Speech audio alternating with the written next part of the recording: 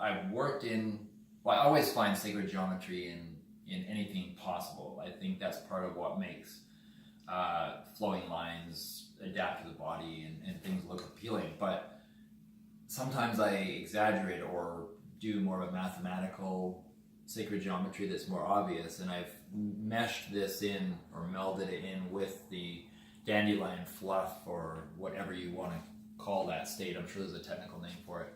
But while I was looking at images of this close-up dandelion fluff, I found, not oddly enough, but this little central piece, once all the little seed bits have come off, you can see little dots. Now there's one that's closer up that I can show you where I actually saw, yeah, there it is. Now if you go in close, it has those sacred geometry curves. They're all in there. That's nature, they're all in right? there. Yeah. Like it's there, so I'm actually including what actually is there.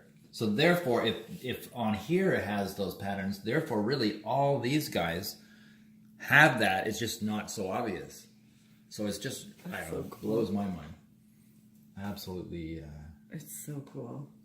There was a guy, I don't know, whatever his specialization is, but a scientist in some forest somewhere, I can't remember the details, Costa Rica or whatever, and he was studying the Fibonacci sequence, the math of one in a tree of one branch to another, and it had the Fibonacci pattern.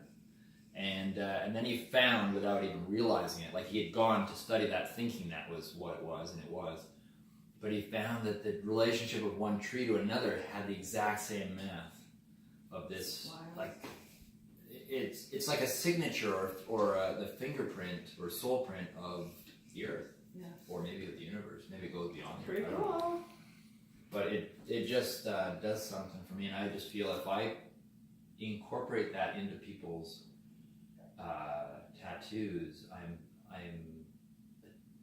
putting something not just on them, but as a part of them, that therefore it consistently or continuously adjusts their frequency to that frequency, so it keeps them connected. In harmony and connected.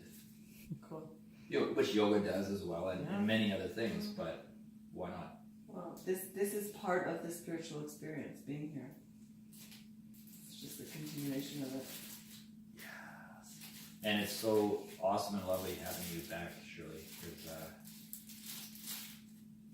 without you, we would not be what we are.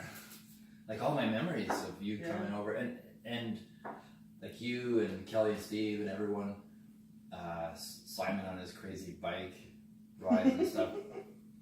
Everyone, when they were like Kelly and Steve, were just starting their business, and they had the story of their dogs, and we're going to call it this, and they had trouble with getting people to work for them, and it's like, holy shit! Now they're like, now Buddha Rider is now you're a DJ and traveling the world, and something magical is going to happen in Thailand, and who knows what.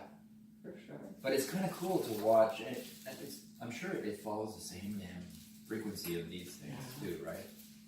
Each one of those little things flying off is one of your good luck charms. I feel like this increases the vibrational frequency for me. Yeah. That's part of it.